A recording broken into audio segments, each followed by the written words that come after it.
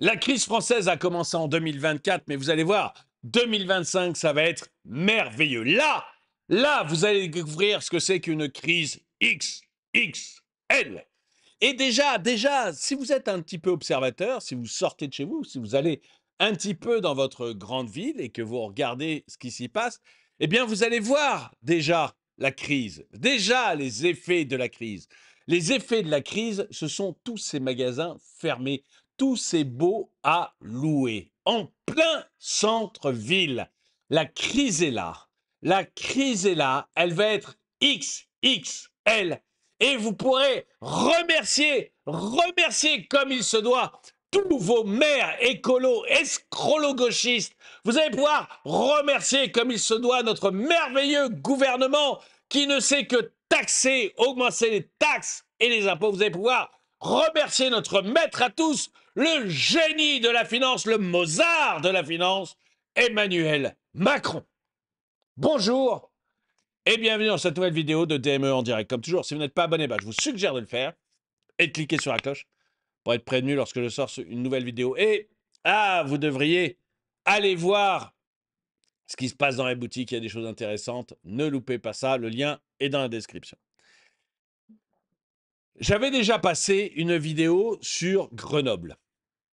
Le centre-ville de Grenoble, qui est un petit peu l'équivalent d'un centre-ville d'un territoire en guerre, où il n'y a plus rien d'ouvert, où tous les commerces ferment les uns après les autres et sont remplacés par les œuvres d'art chères à nos escrolos gauchistes que le reste de la population appelle des tags dégueulasses. Et là, ce n'est pas Grenoble, là, c'est Paris. Là, c'est Paris. On pourrait se dire, Paris, a priori, si j'ouvre un commerce à Paris, ça doit fonctionner. Il y a de la population, il y a du monde. Si je ne suis pas un véritable manche, je devrais pouvoir faire fonctionner un commerce à Paris. Non. Que nenni, mon ami. Tu oublies où tu es. Tu es dans une ville escrolo-gauchiste au maximum. Et si en plus tu vas dans le 18e arrondissement, tu vas être dans une ville, dans un quartier de gauchos over the top. C'est-à-dire les gens qui préfèrent les drogués, les cassos, etc., aux honnêtes citoyens. Et vous allez voir un peu ce que donne en fait une politique de gauche, pour ceux qui ne le savent pas. Paris 18e, France. La fermeture des commerces révèle les effets politiques de gauche et de l'extrême gauche dans les grandes villes. Impôts locaux en hausse, insécurité, circulation et stationnement compliqué, écologie inadaptée et immigration illégale. Vous allez voir. Mais je pense que ça ne révèle pas que ça, Raphaël Serretti. Ça ne révèle pas que ça, à mon avis. À mon avis, ça révèle profondément ce qui est en train de devenir la France. C'est-à-dire que je l'ai dit dans d'autres vidéos, et notamment sur ma chaîne principale Droma Economy, où je fais un peu plus d'analyse, mais on voit que la France est en train de tomber, mais à très grande vitesse. C'est-à-dire que les investissements des entreprises, les investissements étrangers en France, etc., tout ça s'est arrêté, mais totalement, totalement. Et le chômage va repartir à la hausse. Enfin, on a tous les indicateurs sont au rouge. Et pour ceux qui ne suivent pas les indicateurs officiels, mais vous savez, les grands indicateurs que suivent les économies, il y a deux indicateurs relativement simples que vous voyez tous. C'est les poids lourds sur la route. Donc, si vous faites un trajet, habituellement, sur l'autoroute, vous avez l'habitude de faire un trajet, je ne sais pas, sur autoroute, vous comptez le nombre de poids lourds et vous voyez si le nombre de poids lourds baisse au fur et à mesure de vos trajets, vous comprendrez que, en fait, il y a un problème économique. Parce que plus il y aura de poids lourds, plus ça voudra dire qu'il y a de la marchandise et mieux ce sera pour l'économie. Ça, c'est un critère encore pour ceux qui se déplacent. Mais ceux qui ne se déplacent pas, ceux qui restent dans leur quartier, dans leur ville, j'ai un critère exceptionnel, mais exceptionnel pour que vous connaissiez la santé économique de votre ville et du pays. Comptez le nombre de magasins fermés, à louer, à vendre. Comptez juste le nombre de rideaux métalliques baissés. Et rien qu'à ça, vous êtes capable de savoir si le pays et la ville sont en santé ou en train de crever. Et bah, à Paris, c'est net, je vous le dis clairement. Le 18e arrondissement est en train de crever et la France va extrêmement mal. Regardez avec moi cette vidéo. Ah, regardez, tout le monde se barre. Regardez. À vendre, à louer, à louer. Voilà, 30 mètres plus loin. Les locaux sont vides, à louer. Vous voyez, elle est là, on le voit là. Plus la Fnac qui se barre des Champs-Élysées. Je vous dis, on va rentrer dans une crise phénoménale. Ça y est, c'est fini. Tout le monde y va commander de chez lui. On sort plus, on se voit plus. Et puis voilà, on va vivre comme ça maintenant. Voilà. Et chaque rue que je prends, il y a des commerces à louer. Les locaux sont vides. Vous allez voir. Et voilà, à louer. Encore à louer. Bref, vous voyez, la Fnac, H&M, ils se barrent tous. Ils se barrent tous. Tout le monde se barre, c'est-à-dire tous les grands groupes, toutes les grandes entreprises se barrent. La France, c'est finito, hein. Non, mais il faut être clair, c'est finito, hein. Tout le monde se barre, tout le monde. Les entreprises arrêtent d'investir, les internationaux, alors là, n'en parlons plus, c'est terminé. Et là, on voit les commerces, les uns après les autres, qui sont en train de fermer. Alors, il y a des politiques locales qui sont catastrophiques et qui tuent les commerces, hein.